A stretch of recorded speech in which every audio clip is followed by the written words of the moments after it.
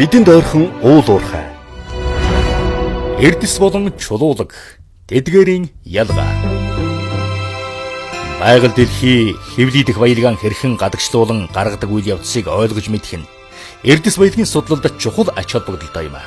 Эрдэсүүдийн нэгдэл нь чулуулагийг бүрдүүлдэг бөгөөд дэлхийн царцдас давхаргын бүрэлдэхүүнд ордог мянга орчим төрлийн чулуулагаас кварц, хээрийн жонш, гялтга нуур, хлорид, кальц, арга, цахиур зэрэг цөөн тооны эрдэсээс гадна бүрхүүлийн нийт жингийн 80% орчмыг эзэлдэг.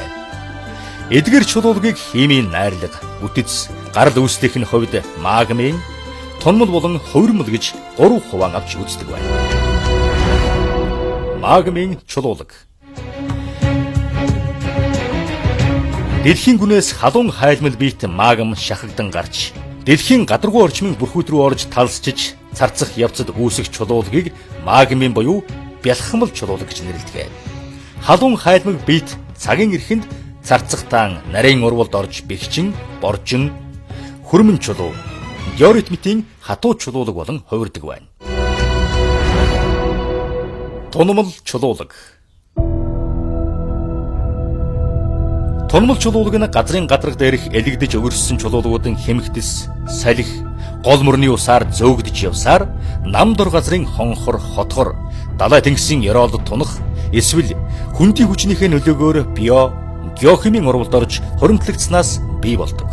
Эхний хоримтлал дээрээс нь хучиж буй тунцсын даралтын нөлөөгөөр үеэлсэн бүтэцтэй болох бөгөөд некоторх явцад тундаст агуулгадах ус нь шахагдан гарч чулуужин тунмал чулуулаг болон хувирна. Эдгээрээс шохон чулуу, хээрийн жонш, нүүрс, шатдаг занар зэргийг нэрлэж болно.